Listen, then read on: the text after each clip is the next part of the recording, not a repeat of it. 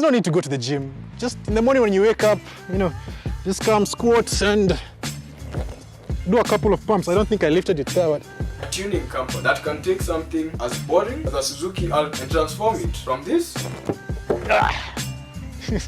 to this.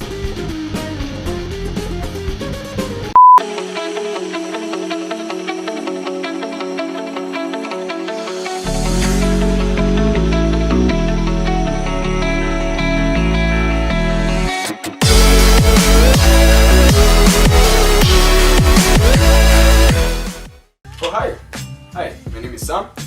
This is Original Work.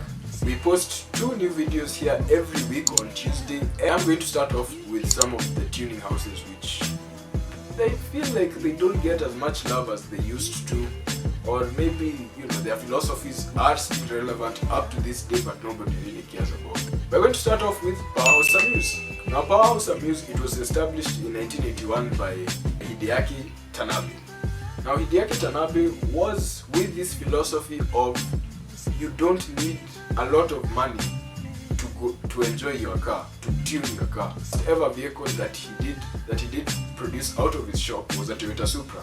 He didn't make a 1,000 horsepower like his competitor that he just put in a turbo in it, and he fiddled around with the computer, but he insisted that the stock internals of the 2JZ, and also Tanabe-san insisted on testing the vehicles on his own.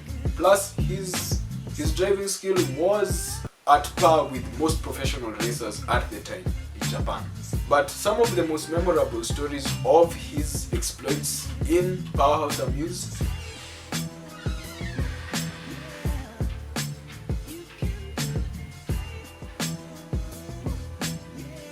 once he had another demo car. This time it was a Honda S2000, an orange one, that he wanted to debut the next day.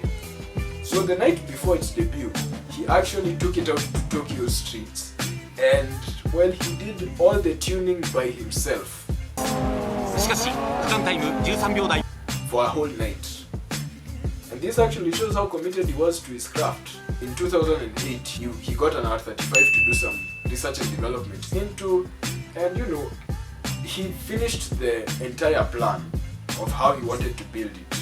But unfortunately, before he could build it in 2008, he was admitted into hospital and he went to be with the big guy upstairs. But luckily enough, his colleague and fellow racing driver, Keiichi Tsuchiya, banded with the guys at Amuse to make sure that this demo car was completed.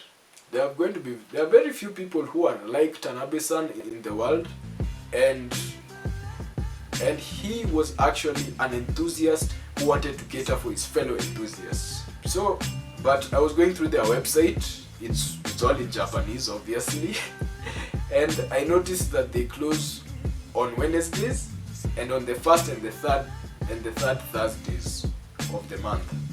If you're Japanese and you know why, please comment down below. I'd really like to know. Okay, the next one on this list is Blitz. Now Blitz, they are kind of a favorite from the 2000s. I mean, there was in every car, in every racing game, you'd always find a part that said Blitz on it. I didn't even know Blitz was Japanese when I was doing my research. I knew the hard way. Blitz are mostly known for research and development into uncooled vehicles. I mean, they are the guys who can transform a Toyota CHR into a fire-breathing monster. They are the guys who, you know, they can make turbo kits, which is how they originally started their company, and they can put them in NA vehicles like these Miatas that you see. And also they did some research and development, and they made a very fast Uber variant. So at the moment it's a Suzuki Alto. This is just next level. Turboed, you can see boost gauge right there. And if you look at their catalog, you will see a few Ubers on their list. Also, if you think that some of these variants can be good for the Kenyan market, please comment down below. Comment down below which specific variant you'd like to see in Kenya.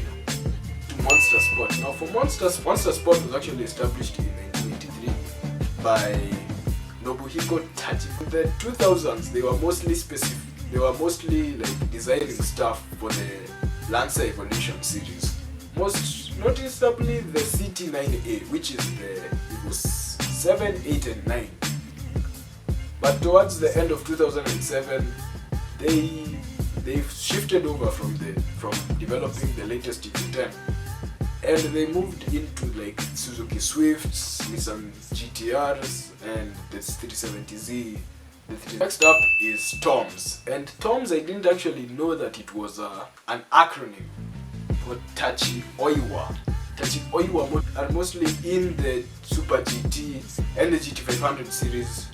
That's where the attention is focused on. On the side, they also collaborate with Toyota on a few more special edition models, and they also produce like limited edition body kits for some of your JDM favorites, such as this Starlet, which I found the other day. They actually have like really expensive variants. Like for example, this Toyota Century. It's selling for about $300,000.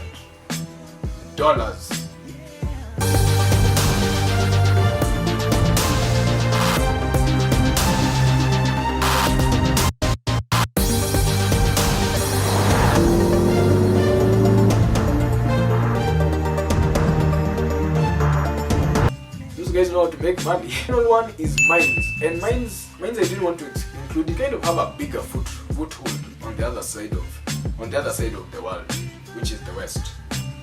JDM parts from Mines are going up in value, and there's a reason why. Mines have been mostly developing the R32 to the R35 GT-R series, and they also dabbled in the WRX, Subaru, they also dabbled in the Lancer. They also have software upgrades, and they also have some performance parts that they throw here and there.